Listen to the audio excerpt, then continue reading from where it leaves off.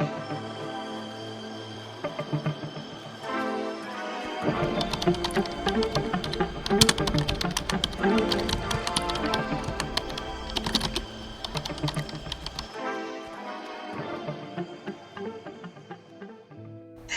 want to welcome everybody. My name is Laura Davis Perry. I'm the host of the Practice Principles, a very new and up-and-coming podcast where we talk about issues that really matter. Lisa, tell us a little bit about you. My name is Lisa McClam Davis. I reside in Charlotte, North Carolina. I'm a social worker in the marketplace. I have been with CWCA since its beginning, even though I wasn't. That is because my good friend is the founder, and I am a gracious panelist this evening. Miss Leela, why don't you introduce yourself? Yes, thank you. My name is Leela Boykin. I am a longtime resident of Columbus, Ohio, raised in Cleveland, born in Birmingham, Alabama, and my family has roots in Mobile, Alabama. I'm a licensed social worker and have been a community activist in Columbus for most of my adult life. Strong believer in social justice. I'm Olivia. I do IT work for CWCA, and I'm on the panel for today. My name is Jen Coleman, and I am on the panelist tonight, and I'm excited. Tonight, we have a very special issue that we're discussing. Since we're ending the month of February, we decided to touch base on the topic of whether or not February or 1 month is long enough to pay homage to the Black community, to pay homage to all the things that we've accomplished in history and are still accomplishing in this moment right now. So I want to put that question out there to everyone on the panel. Do you feel that 29 days, which is what we get in February, is long enough to pay homage to or recognize the Black community and all the accomplishments that we have had? Anyone can answer. Absolutely not. I think the simple fact of, us being African American, what we have contributed to this great state, to this great country, it should be a part of history in general. It shouldn't just be consolidated to 28 days, because that's not enough. I think just as they teach American history throughout the curriculums from whenever you start taking history, the contributions that the slaves and then on should be mentioned, just as any other part of American history. Okay. Anybody else want to chime in? That was Miss Lisa giving her opinion. She said no. Anybody else? Yes, I do, and I say no. And I know a little bit about the history of how it got started. And I'm hoping that we can bring some of the legacy individuals from Omega Psi Phi fraternity to be a panelist on one of our podcasts, because it was Omega Psi Phi who commissioned Carter G. Woodson, who was also an Omega, to start Black History Week. And that was done back in April, and it kind of morphed into Black History Month. And one of the things I'd like to do as a community activist is to condense the principles of Omega Psi Phi fraternity to begin working on making Black History Year. I think we've done enough in terms of asking for permission to put our history out and to acknowledge our own accomplishments and helping to build this country. And we need to stop that. There is too much richness in what we've given to this country to still talk about just acknowledging us for 1 month. There's no way we can get through all of our history and our contribution. So that's my 2 cents worth tonight. Okay. I don't think a month is long enough to just showcase what African Americans or Black people have done for America. I almost feel like at this point, just having it only be a month is kind of doing a disservice, or kind of like coming off as disrespectful to the legacy that African Americans have. Yeah. I truly agree. What about you, Miss Jennifer? I find it very interesting because if we're reliant on the public education system to teach us, right, and to teach us history and teach us our own history, out of the 28 days of the month, you're only spending 20 of those days at school. Say there's 185 days in the year, that's only 10% of your school year spent learning about you. So yes, we need it more in schools, but we also can't depend on them to give us all of our history, because they're just not going to. I mean, they're just not. Yes. Exactly. I agree with all of those responses. I have a group that I work with, young teens, and this is a question that I pose to these teenagers, and they range from age 13 to 18, and all of them said the same thing. They do not feel that this is appropriate. They feel like they're not getting enough education in the school system about our history, because a lot of things they don't know, they learn from, Google or other things like that, or TV shows, movies, and just researching things on their own. So it's unfortunate that they have to do that. I mean, even when I was growing up, which was a long time ago, they didn't teach us a whole lot about our history. We learned from our parents. We learned from, during Black History Month, it was one of the most exciting times for me because we got to do stuff surrounding us, right? Skits in the school, plays and stuff like that in school, or different things like that. And so during that time, I heard different things, but after that, it was like, it's an afterthought. There's nobody else talking about it. So, anything that I learned after that time was of my own volition. So I really, truly agree with everything that everyone is saying about this not being long enough. So prior to coming tonight, you were asked about different facts that you might know. You guys received an email from Olivia, and there was a link on there to look up. So did you guys delve into that and find out any interesting facts about Black people, or what did you know about before we even talked about this doing this show tonight? What are some things that you guys knew about history that you found interesting?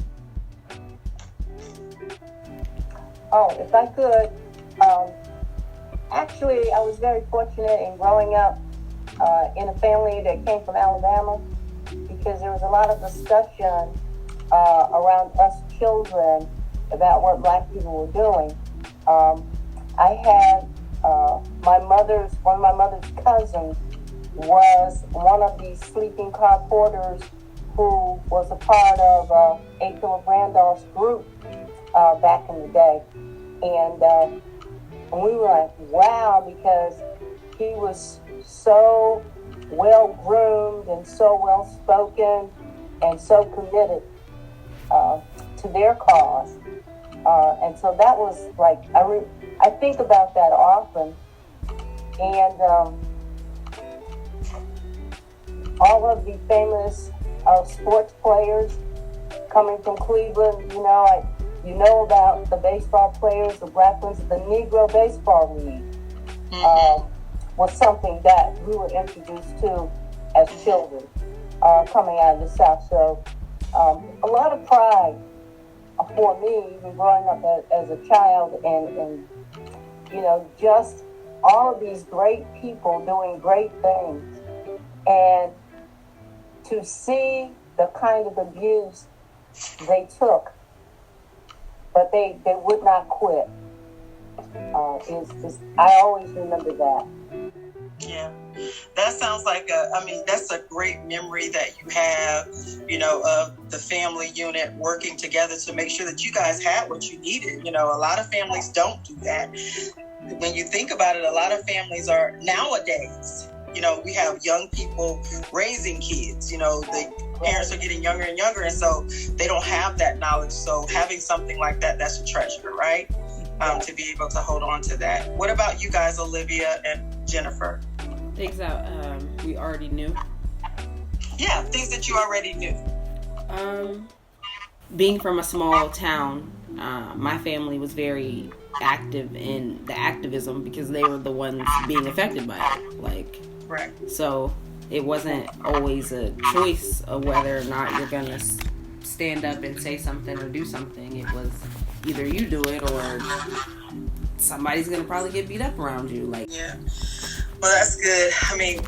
I grew up in a very small town called Ansonville, North Carolina, and we had just a lot of different things. A lot of our experiences, I remember different experiences that I had with certain things in my neighborhood, and just living in that time. It was different back then, and we weren't taught anything different. They gave us that little month, and that was it. So definitely, my family, unfortunately, was not involved in activism and different things like that. So thinking about that piece of it, I do know, if I'm not mistaken, my aunt, who was a school teacher, she was one of a few of the first Black teachers at our school. When she came and she started the year that I started kindergarten. She was a teacher there, and she taught there for 20 something years, driving all the way from Charlotte to Anson County every day. So it was a lot. It was a long drive for her, back that time. But she did that, and she was very good. A lot of people wanted their children to be in her class. She was mean. She was good. If you're listening, Aunt Paulette, this is okay. All right, Miss Lisa. Well, and a reflection of me saying whether some things that I already knew or not, I don't know. I really don't know. It's like I just know what I know, and then when I hear something, I'm like, oh, I remember that. I was born and raised in Buffalo, New York, which is a small city in Western New York. Very racist, but you didn't know that until you got a little older. And I was educated in, I went to a Catholic school, but the Catholic school that I attended, my principal, she was a Black nun.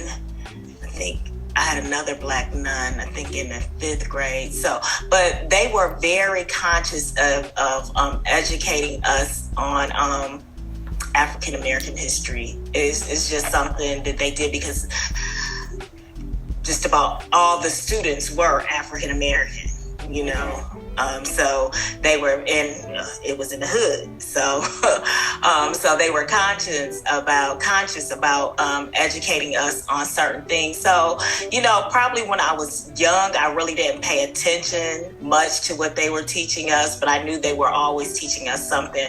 But as I got older, and then I went to college, and I think I took a couple of African American history studies or African American studies or something, and I knew, it's like I knew and I heard some of the things that the instructors were teaching us, and I was like, oh, I heard of that before, or it was like that. So it wasn't, I can't say that, oh, I didn't know or wasn't it around. I was not, as Jen in Jen's family, wasn't an activist, but I was always impressed with activists. When I was seeing, I'd be like, oh, okay. I've always been impressed by activists who really are out there, the foot soldiers out there really doing the work and emphasizing the needs. It's like, I even think about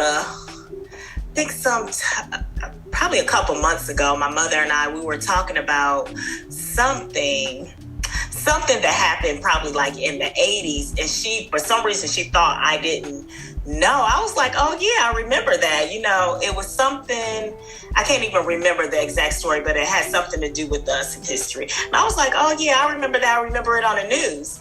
I know what it was. Okay. You know, they just did the thing on Emmett Till, and they told his story. My mother's like, do you don't know who Emmett Till was? I was like, I do know who Emmett Till is. You know, like, who doesn't know? And I said, I remember the first time I read about him was actually in a Jet magazine. Remember, they did an article on the whole thing. I said, that was my first incident. I may have heard it in school, but yeah, I knew who it was. I knew the whole story. Mama was like, oh, I didn't know you knew. I was like, that's like, if you don't know something, that was something that you knew. So, you know, for me, it was just knowing, and as you stated, Laura, it's just educating yourself on things that are of interest.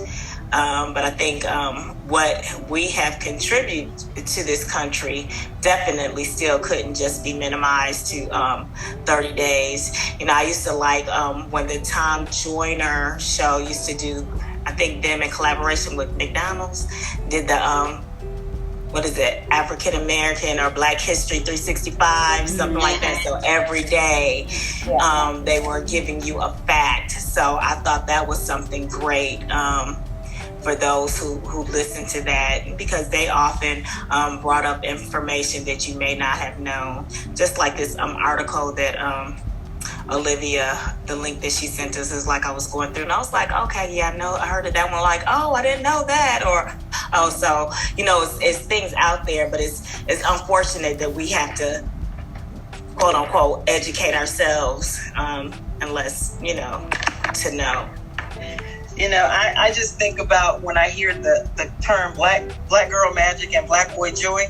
I just love that, because there's so much of that exists that we didn't even know about. Like the things that we're capable of doing. You know, I was watching, my husband is a big sports fan. You know, we watch everything. So I like all sports now except baseball on TV. And watch baseball on TV is too boring. Anyway, and so we were watching different things about football, and they were naming the best, what was it? Wasn't linebackers, or it might have been linebackers. Anyway, best linebackers, the 10 best, and they were at number 4 or 5 or something like that. And they were saying that people thought that the position that he played wasn't one that black people could manage, because you had to have a high IQ. Like you had to be really smart to learn the plays. You had to be really smart to catch on. And this dude was killing. Like he was doing his thing. And I can't remember names. I'm horrible with names. But anyway, to make a long story short, that got me, because this guy went to college. He graduated school. So why would they think that? But then I had to realize when that was happening. You know, and why they were thinking that. And then he came and excelled everything that they could have even thought. And there was even players on there. There was one player that was so good, he had to dummy down his playing ability in order to stay in the league, because he was dominating so much. So there's so many things that we can do that they didn't think we would. Like I feel like I'm very talented. I'm good at anything I touch. Like if I really want to, okay, Midas. If I really want to do it, I can make it happen. And if I got to struggle a little bit, it's not a problem. Though I think we're gifted with just this innate ability for survival, because we've had to have that from the beginning. You know, I don't know how you guys feel about that, but I think that sometimes people fear that. You know, like for me, when I've been in situations where, you know, I've been underestimated, when I look at those people, like even my voyage to here, having a practice of my own, just how I got here, that last incident that pushed me here, when I think about those people and when I look back on it, it was more than just what it appeared to be on the surface. And I know that, you know, so it's okay. But it's okay for people to have their feelings about certain things, I believe. I mean, no two people are created to think the same, right? However, my problem with all of this is the holding back that they do, the hiding, like trying to push it under the rug like it doesn't matter.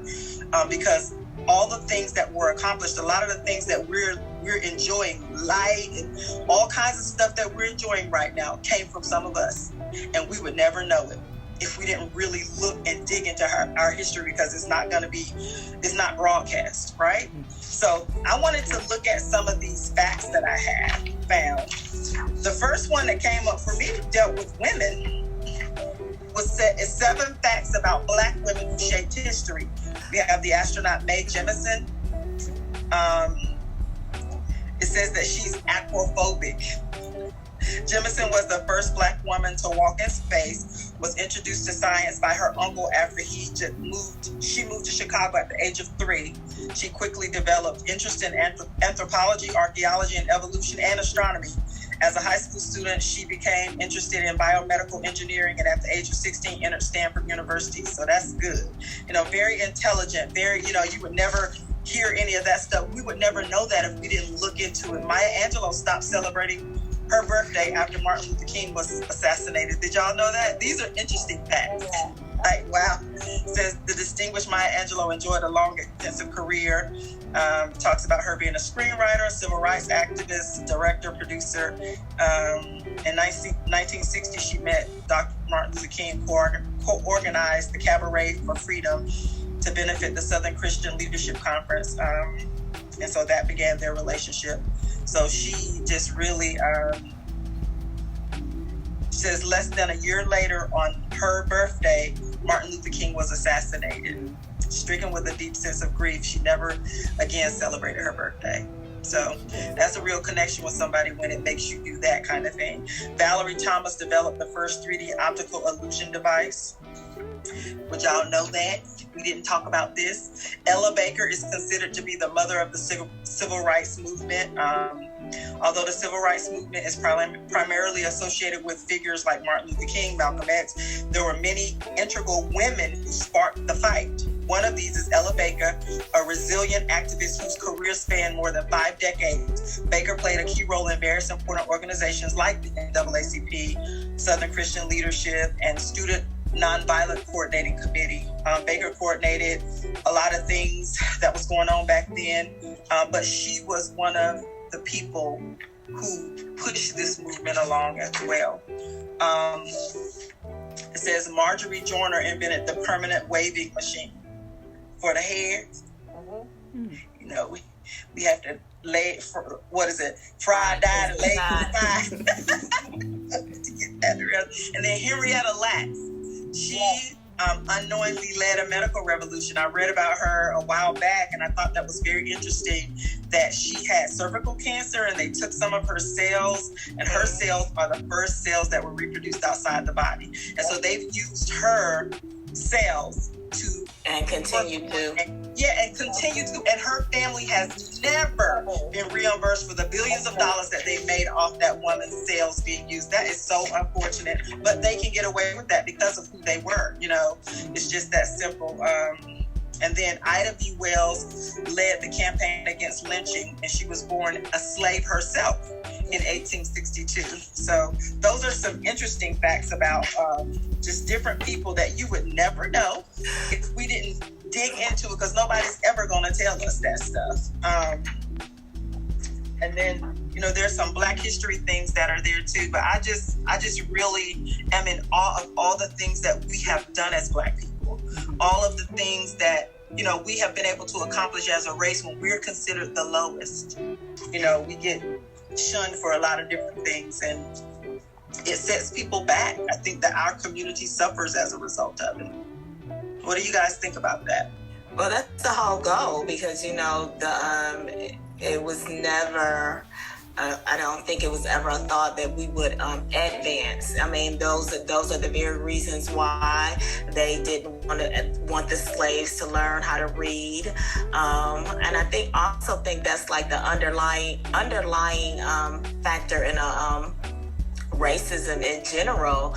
I think is out of fear and knowing that if we if we were giving the same thing and we were on the same playing field, that we would achieve and we would be brighter, more, because we are more astute and things like that. We would be further ahead than they would want us to be.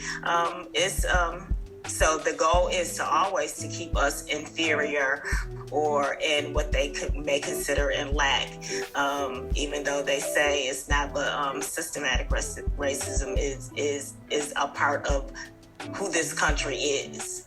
It just is. Yeah. So what do you guys, and this is probably off the rails, but what do you guys think about the critical race theory? If you've heard, I mean, I know they've been talking about it in the media a lot, about race issues and teaching different things in the schools and stuff like that. What do you think about critical race theory? Well, I think it should be taught because they address laws that have been used to suppress us. And there is a fear that if their children know that, their children will think differently of them. So there is a fear. It is not racism. It's like, folks, this is what you have done, okay, and continue to do to suppress people. Now out of fear, because the population of non-whites in America is growing, and you cannot allow them to get into power. And therefore, not only must we keep the suppressive laws, and they changed the narrative to try to make it right. I refer to it as legally cheating, okay? So that they will always be in power. However, as I see so many young Black African Americans in this country, in spite of all of that, who are achieving great things, then I say, okay, many of us have been chosen to walk in our purpose and will be protected from that. But that's kind of where I am. This fear that they have. So critical race theory now, in terms of their narrative, is teaching racism. And shouldn't we be ashamed to want to teach racism? Yeah. And I love what you just said, Ms. Lita, but I want to give the definition of critical race theory for anyone that may be listening that doesn't understand what it is. Critical race theory has been defined as intellectual and social movement that loosely organized framework of legal analysis based on the premise that race is not a natural, biologically grounded feature of physically distinct subgroups of human beings, but a socially constructed, culturally invented category that is used to oppress and exploit people of color. Critical race theorists hold that racism is inherent in the law and legal institutions of the United States insofar as they function to create and maintain social, economic, and political inequalities between whites and non-whites, especially African Americans. Critical race theorists are generally dedicated to applying their understanding of the institutional or structural nature of racism to the concrete goal of eliminating all race-based and other unjust hierarchies. And I truly, when I think about just that, I remember hearing something recently about, they were talking about the order of police and what the police were created to do. The police were originally created to police the slaves, to keep the slaves from running away. And, with just over the development and time and all that kind of stuff, to me, some of the things that they do still look the same to me. It doesn't, and I'm not saying all police are bad, just like all Black people don't steal, all Black people don't kill, but just some of the things that you hear and you see happening, to me, fall in line with some of that stuff. And I think there's this way that they have to protect each other. You know, they stick with each other, these brothers in blue and all that kind of stuff. You know, I just feel like it just looks, the way it looks to me, it doesn't look right. So I can only speak from my point of view. I can't speak for anybody else on this panel, but I think that critical race theory is very important for us to know, because when you really look at it, we've been oppressed since the beginning. And it doesn't seem to be stopping. You would think that now in this day and time that it would be different, but it's not. It seems to be getting worse. What do you guys think about that? I think that a lot of the information, like the historical documents, are available for people to see for themselves. So, I mean, to say that critical race theory it's not important to teach the history, I mean, that just kind of shows what side of history that you're on. Because people can see what the individuals said themselves and how they felt back in the 1800s. So yeah, exactly.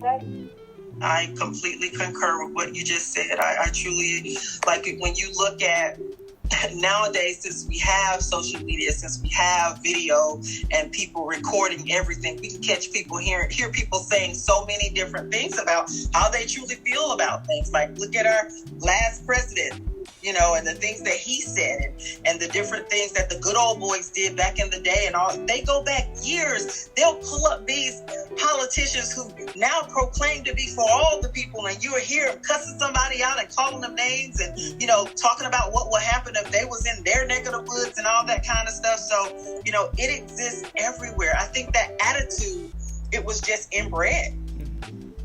It was inbred, and that's the way that it works to keep us oppressed. It continues. So, you know, it's just very hard and unfortunate that it has to be this way, because think if we were all unified.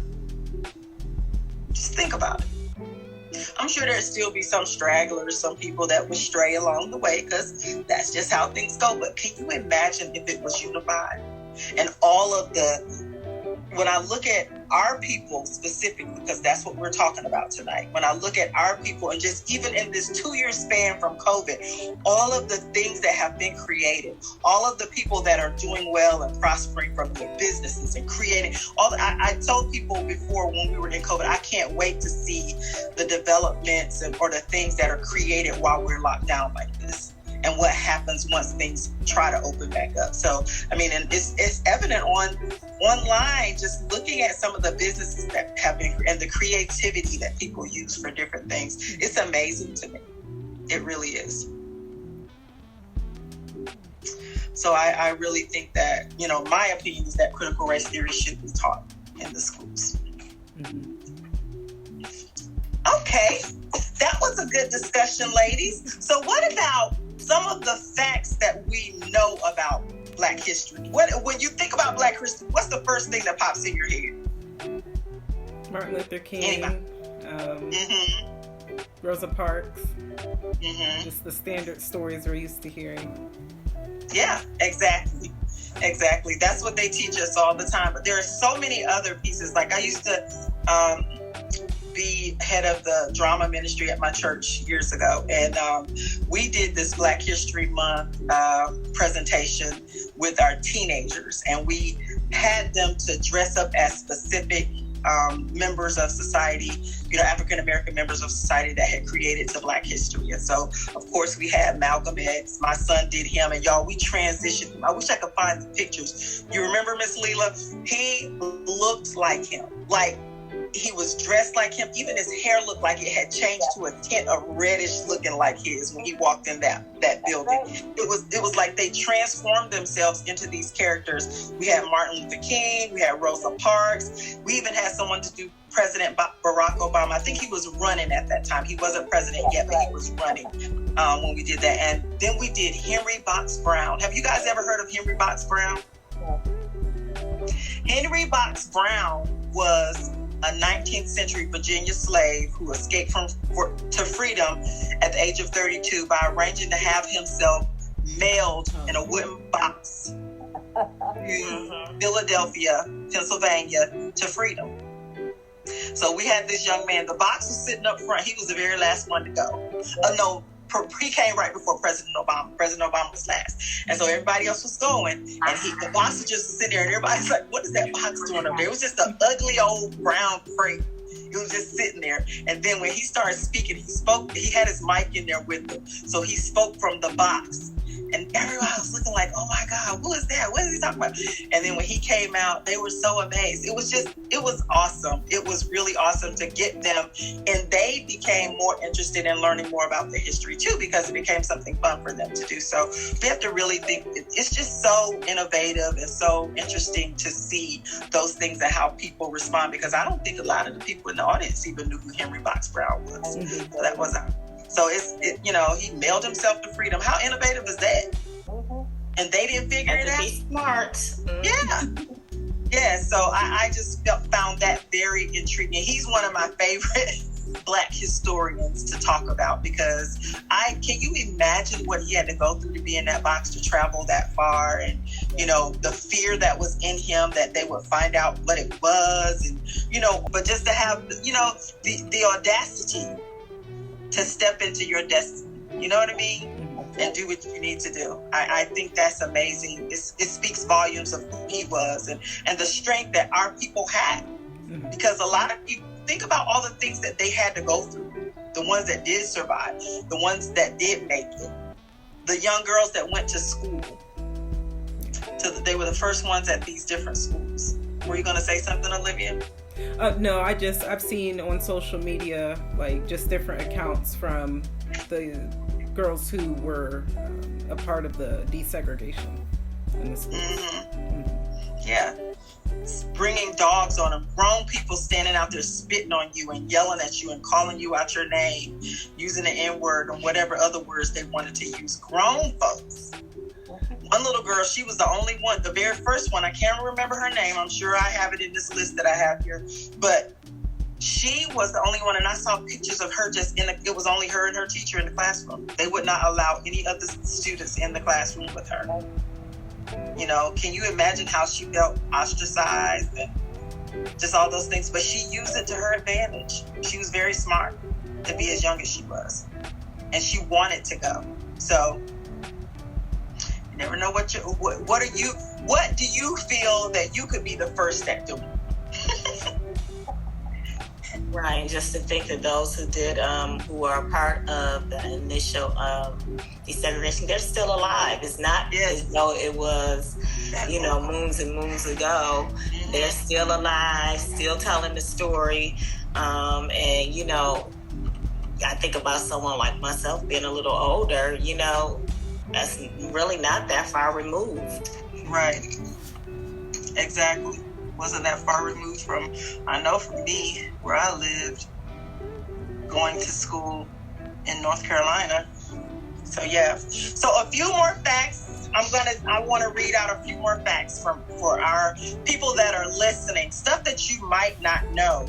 So Rebecca Lee Crumpler was the first Black woman to become a doctor of medicine in the United States. And she was African American. Listen to this fact. And it made the list. The Sugar Hill Gang's Rapper's Delight became the first commercially successful rapper.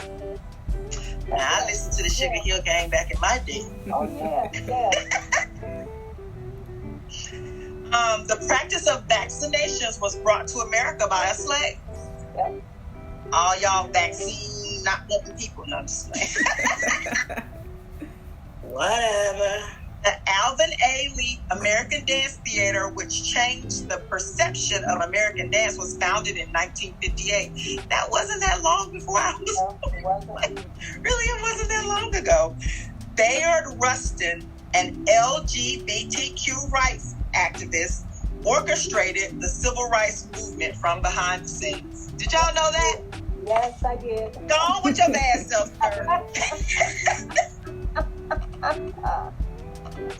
Phyllis Wheatley was only 12 when she became the first female African-American author published. Oh, wow. I didn't know she was on. That's why I didn't know she was 12. I knew who she was, but I didn't know she was 12. She was 12 years old. And the thing about it is, that's why we push our kids. Like, I saw this little girl, I think you sent that. Did you send it to me, Lisa? The little girl that was 7 baking the cakes. Somebody sent me something like that to show my daughter. Yeah, 7 years old, bad. She's a bad baker already.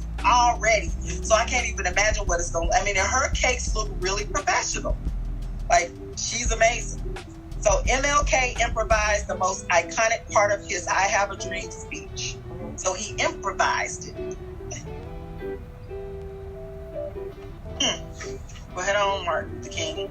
Hattie McDaniel was the first African American to win an Oscar. She wasn't allowed to attend the Gone with the Wind national premiere. Yeah, I remember She wasn't that. even allowed to go see her own movie that she was in. Girl, we've come a long way from that anyway. Josephine Baker was a spy for the French during World War II. Yep. Yeah. The ban on interracial marriage in the United States was overturned because of one couple, and we know the movie, in 1967. They did a movie about this, and my daughter had to do called Loving, and she had to do she had to read the book and do a project on it. She really loved that story. So that was something. I mean, they do teach those things sometimes, some of the things in school. Martin Luther King Jr. was assassinated on Maya Angelou's 40th birthday, which we just talked about. 9 months before Rosa Parks, there was a young woman named Claudette Colvin. Yeah. So she had some issues on the bus as well. She was the first one, but because of her age and stuff like that, they didn't want to use her as the quote-unquote poster person. Yeah. Anna Murray was the first African-American woman to be ordained as an Episcopal priest. Hold on one second. Madam C.J. Walker was an African-American entrepreneur who became America's first female self-made millionaire. Yep. So girls, it's possible, right? We're going to get them.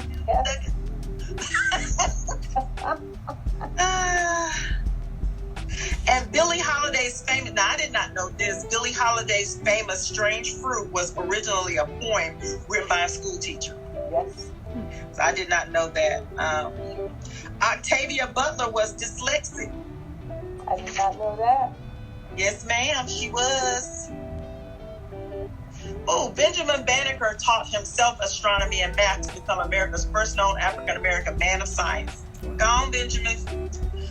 During her run for president, 3 separate assassination attempts were made on Shirley Chisholm, and I can believe that. I remember her. I used to love that woman. Didn't know her at all, but I was so happy that she ran. I thought she was so powerful in my head. So I just wanted to say, those were a few of the, there's so many more. Thurgood Marshall, there's Dr. Mamie Clayton, the 6,888th Battalion was all black, and all female unit of the military that delivered mail in World War II. There's so many different things. Harriet Tubman, we can never forget about her. Right. Ida B. Wells, Jackie Robinson, Cathay Williams, so many people. The women who were behind helping the space shuttle go to the moon or go to space or wherever, just so many of us that have been intricate in building this nation, we don't get recognized for it. So those are the things that we wanted to bring to fruition tonight and discuss. I truly hope that these kind of discussions will continue so that we can bring the attention to a lot of the people that didn't get the credit that they needed. And I'm hoping that change comes. I still have hope. I'm an optimist, so I'm hoping that we can one day have a change to happen in a lot of the things that are going on in these days and times. What do you guys think about that? You think there's a possibility of a change? Oh, yes, I do. And there are some of us, and it's generational, who believe we're just going to do it, and so we're just doing things to bring about change. But we want young people to adopt Barack Obama's slogan, be the change that you want. Not easy, but we can't quit.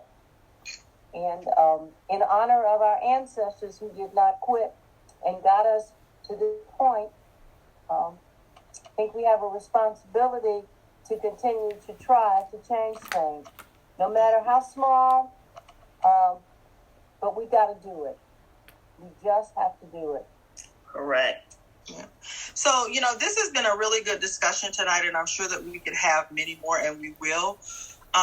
We will approach this subject and other subjects like this moving forward on the practice principles, because I believe this stuff has a lot to contribute to the mental health issues that we see in the world today, right? It's all interrelated, and I feel like we'll come back to this again. So I really thank you guys for everything that you had to say tonight. It's all relevant. It's all relevant. Before we go, the last person that I wanted to bring up was Sojourner Truth. Sojourner Truth is somebody that's, that I really liked a lot in history as well. She was a speaker for the rights of Black people and specifically Black women. Her mission was to free those who were marginalized by predominantly white masculine society. Think about it. There's a hierarchy. And when we look at that hierarchy, is white man that's at the top, and we're a Black women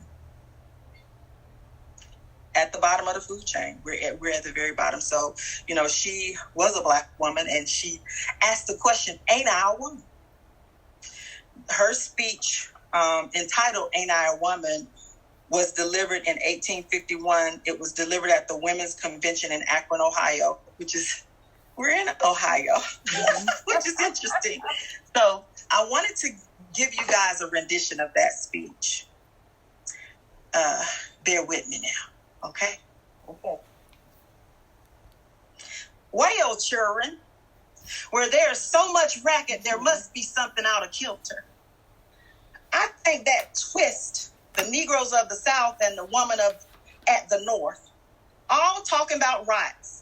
The white man will be in a fix pretty soon. But what's all this here talking about? That man over there says that women need to be helped into carriages and lifted over ditches and to have the best place everywhere. Nobody ever helps me into a carriage or over mud puddles or gives me any best any place. Ain't I a woman? Look at me. Look at my arms. I have plowed and planted and gathered into barns, and no man could hand me. And ain't I a woman? I could work as much and eat as much as a man when I could get it, and bear the lash as well. Ain't I a woman? I have borne 13 children and seen most all sold off to slavery. And when I cried out with my mother's grief, none but Jesus heard me. Ain't I a woman? Then they talk about this thing in my head. What's this they call it? That's it, honey. What's that got to do with a woman's rights or Negro's rights? If my cup won't hold but a pint and yours hold a quart, wouldn't you be mean not to let me have my little half measure full? Then that little man in the black there, he says women can't have as much rights as men, because Christ wasn't a woman. Where did your Christ come from? Where did your Christ come from? From God and a woman. Man had nothing to do with him. If the first woman God ever made was strong enough to turn the world upside down all alone, these women together ought to be able to turn it back and get it right side up again. And now they's asking to do it. The men better let them. Obliged to you for hearing me, and now old Sojourner ain't got nothing more to say. Come on, y'all, give Sojourner her snaps. Sojourner Truth spoke it. Do y'all know what she was saying in that? She was saying that women are coming. Y'all better listen. Yes. Y'all better listen. It took one woman to turn the world upside down. Imagine if we all worked together, how we could turn it right side up.